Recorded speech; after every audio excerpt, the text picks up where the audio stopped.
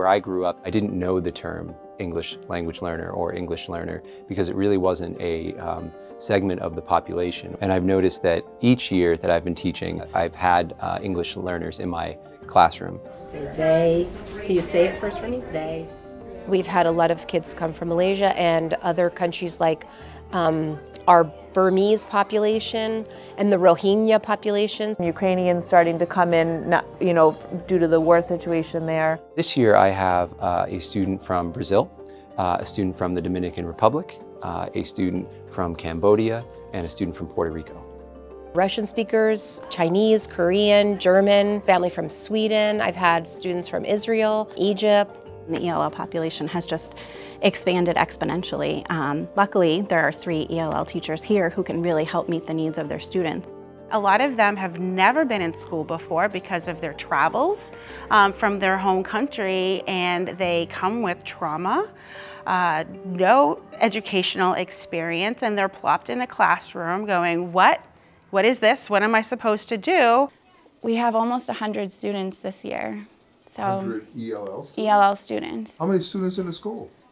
500. Wow, so 1 in 5 is an ELL student. Yeah, and I want to say not even 7 years ago, we didn't even have an ELL program here. Do you think you could turn the paper over and do 64 divided by 2? I was told in my interview that it's just use your best teaching practices for those students. So we were kind of on our own with strategies. We were always taught in school that you give students every opportunity to succeed, and your EL students in a mainstream classroom, it's really overwhelming. I've had students in the past who have come in who don't speak any English, and I feel overwhelmed listening to them speak in their native language because I have no idea what they're saying, but they have to sit here for 6.5 hours a day and do the same thing. That's when you see students shut down and really not enjoy their experience. So when you're able to service them and take them out of the classroom for whether it's an hour a day or a half an hour a day and give them instruction that's at their level, whether you're teaching them basic words to communicate with their peers, academic language to help them be successful in the classroom, that is fair because that's what they need. The ExcEL Leadership Academy's micro-credential program uses a competency-based approach where teachers learn while doing and demonstrating their skill. It's building capacity. It's allowing teachers to take their skills, which are considerable, and their love of their students, and add to that toolbox, if you will, some very specific tools that allow for students that speak a different language at home to make that switch to adapt to English and master English. Teachers interface with the online system. They do an analysis of their student needs. They do a plan for their project. They collect evidence of whatever it is they're doing. Then they reflect on what they learned and what they still need to do. Acquired skills are formally recognized by micro-credentials.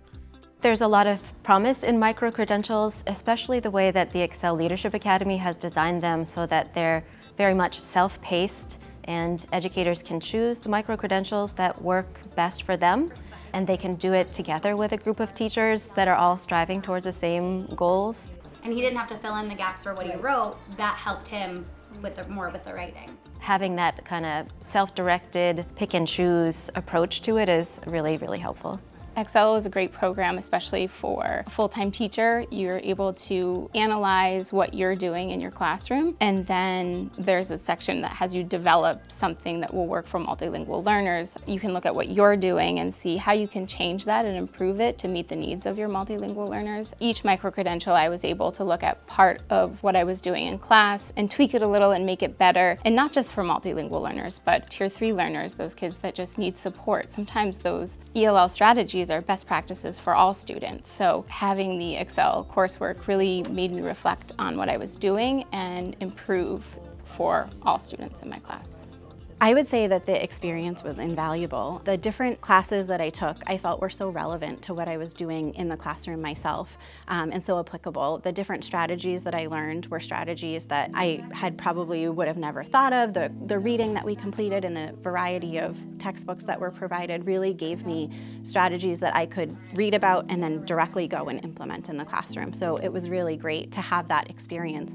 I had teammates that I was able to work through the micro-credentials with as well. Sometimes 2 heads or 3 heads is better than 1. We were able to bounce ideas off of each other and say, this is what I'm thinking, and they might be thinking something totally different when you're looking at the same micro-credential or same requirements. So it was really great to see all of our kind of ideas come to fruition, and we were able to give each other feedback, which was really, I think, helpful. It gave us the push to keep on going. It provides an opportunity for teachers to meet as like sort of a teacher leader group to work on those micro-credentials together, to kind of have feedback across the district, across classrooms, across curriculum. And so that's been really helpful to see. Teachers are they're constantly looking for new ideas and new strategies, and ExcEL gives like best practice ideas and a lot of that.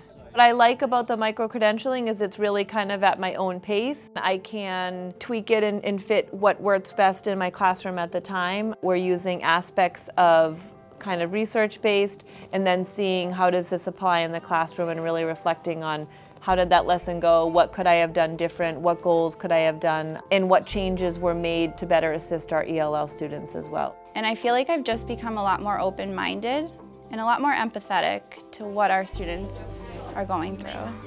I think it is so beneficial for everyone because our students aren't going to be students forever. They will grow up and they will become members of our community, and they understand that people come from different backgrounds, have different needs, and they're being exposed to that straight from preschool. Just understanding that there are differences. It's not a cookie cutter classroom. This program is something that we really need as a state because although multilingual learners have been here for decades, I feel like we're still very much at the beginning of our journey towards making sure that all teachers are really well prepared to meet their needs, and that understanding of the fact that every teacher is a teacher of language. We all have a shared responsibility. This is exactly what Maine teachers need. Professional learning that is job embedded, that's very relevant to their day-to-day work, that allows them to connect and collaborate with teachers within their own context and within other schools and districts. That would help transform the culture of education for multilingual learners overall for the state